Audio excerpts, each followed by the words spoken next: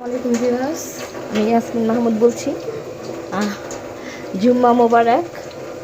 আজকে জুম্মার দিন, তো আজকে আমি একটু এই মুরগির বিরিয়ানি রান্না করছি, তেহারি আর কি।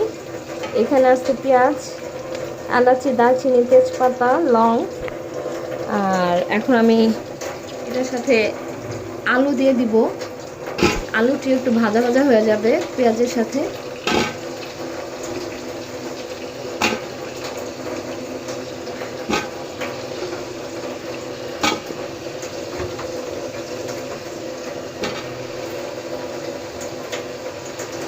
আসলে এগুলো হলো এক একজন এক এক রকমভাবে রান্না করে, তো এক একজন এক এক রকমের মশলা ইউজ করে। তো এটা হচ্ছে, তো আমি এটাতে টক দই দিব। এই যে টক দই, আদা রসুন, তারপরে এলাচি বাটা, দারচিনি বাটা, জয়ফল, জয়ত্রী, কাঠবাদাম, গোলমরিচ, কাঁচামরিচ, কিশমিশ, এগুলি সব আর কি একসাথে আমি বেটে নিয়েছি, দিব। এটা একটু ভাজা ভাজা হয়ে গেলেই মশলাটা কষাবো। তারপরে এখানে আমি মরিচের ফাঁকি দিব, ধনিয়ার ফাঁকিটাও ইউজ করব। আপনারা আমার সাথেই থাকুন। এই যে ভাজা ভাজা হয়ে গেছে, এখন আমি এখানে আদা রসুন দিয়ে দিচ্ছি। এটা আপনারা আপনাদের পরিমাণ মতোই দিবেন, আদা রসুন।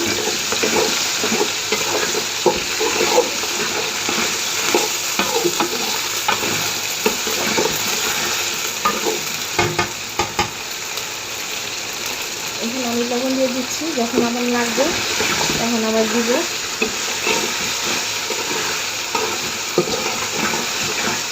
আদা রসুনের কাঁচা ফ্লেভারটা চলে গেলে তারপর সব মশলাগুলো আমি আস্তে আস্তে দিয়ে দিব।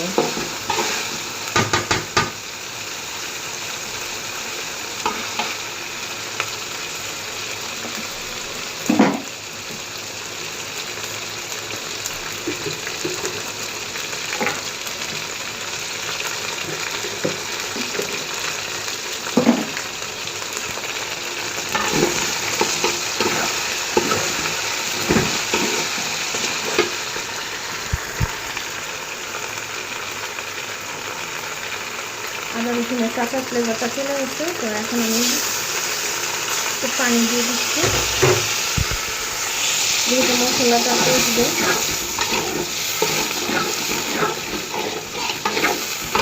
আমি এই খুচুঙে মানে 2 চামচ দিয়েছি, একটু ভরে ভরে দিয়েছি আদা রসুন, যেহেতু তেহারিতে একটু মশলা না হলে ভালো লাগে না।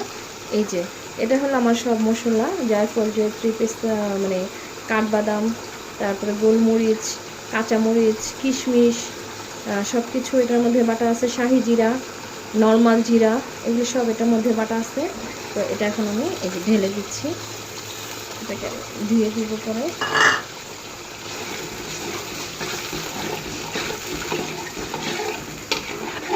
হ্যাঁ, আমার তেহারিটা অনেকটা একটু কাঁচা কাঁচা টাইপের হয়ে যায়, ওটা দেখতে অনেকে অনেক পছন্দ করে।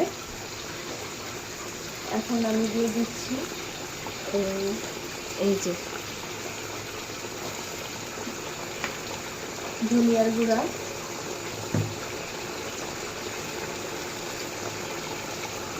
এই যে এটা ভরেই দিচ্ছি, মরিচের গুঁড়া, ব্যাস হয়ে গেল।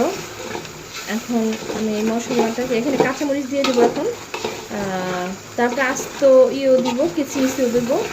তো এটা এখন একটু কষবে, কষা হলে পরে আমি মাংসটা দিয়ে দেবো। যেহেতু এটা ফার্মের মুরগি, আমি ব্রয়লার মুরগি দিয়ে করছি, তো করবো না, বেশিক্ষণ কষাবো না, তাহলে মাংসটা আরও খুলে যাবে। এই যে তেলে উঠে আসলে আমি এটাতে টক দইটা দিয়ে দিব মাংসটা দেওয়ার পরপরই, তারপরে চালটা ঢেলে দিব। ভিউয়ার্স, এই যে মশলাটা কষে আসছে, দেখেছেন? এই যে তেল উঠে গেছে। তো আমি এখন মাংসটা ঢেলে দিচ্ছি। আমি মাংসটা বেশি বড়ও রাখিনি, ছোটো করিনি, মিডিয়াম সাইজে রেখেছি। এখানে আছে 2.5 কেজি মাংস আর 1 কেজি চাল, আর বড় বড় আলু দিয়েছি 3টা। আলুটাকে ভালো করে কিউব করে কেটে নিয়েছি, ছোট ছোট করে, একটু বেশি ছোট না, এই যে এই সাইজের, এই যে দেখেন এই সাইজ করে কেটে নিয়েছি।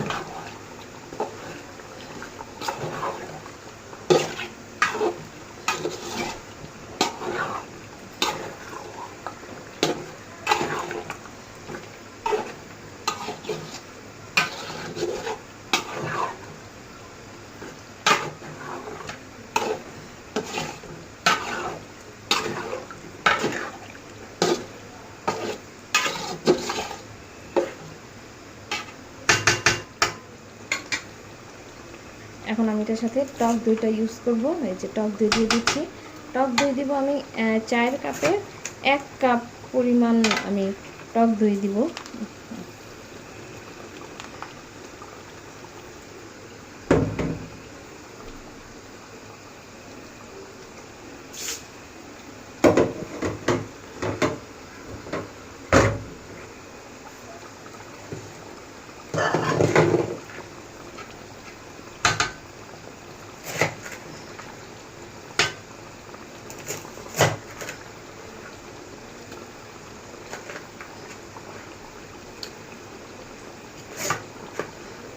আমি টক দই না থাকলে আমি টমেটো সসটা ইউজ করি, টমেটো সসও দিই।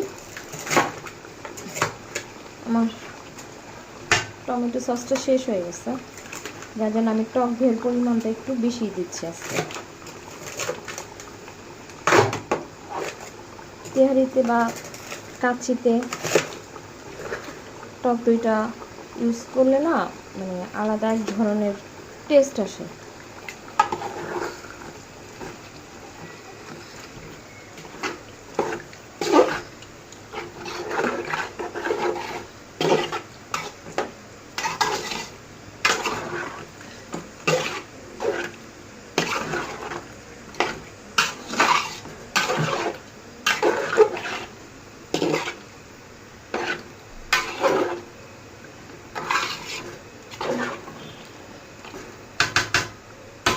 বলক আসলেই চালটা দিয়ে দিব, মাংসটা কষা হলেই। ভিউয়ার্স, যেহেতু এটা ব্রয়লার মুরগি আমি আর সিদ্ধ করব না, এই যে আমি চালটা ঢেলে দিলাম। তো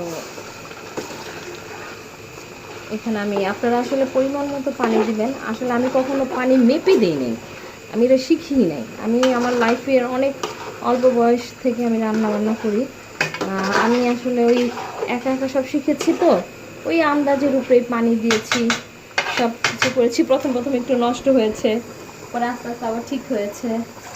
তো এরকম। তো আপনারা আসলে আপনাদের আন্দাজ মতো দিবেন। আর যদি পানির মাপটা যদি আপনারা জেনে নিতে পারেন বাবুর্চিদের কাছ থেকে, তাহলে তো বেটার, ওটা একটু জেনে নেবেন। আর আমি মেপে দিই না, আমি আন্দাজের উপরেই দিই। তো দেখেন এই যে আমি আন্দাজের উপরে দিচ্ছি। তো সবাই বলে 1 কেজি পানি, 1 কেজি চালে 1.5 কেজি পানি দিতে হয়। আসলে আমি ওই মাপটাই আমি নিজেই বুঝি না, আমি আপনাদেরকে কি বলবো আর কি বোঝাবো। তো এই যে দেখেন বিরিয়ানিটা ভাপে হয়ে আসবে, যখন পানিটা একটু শুকায় যাবে তখন আমি এটাতে কেওড়া জল দিব।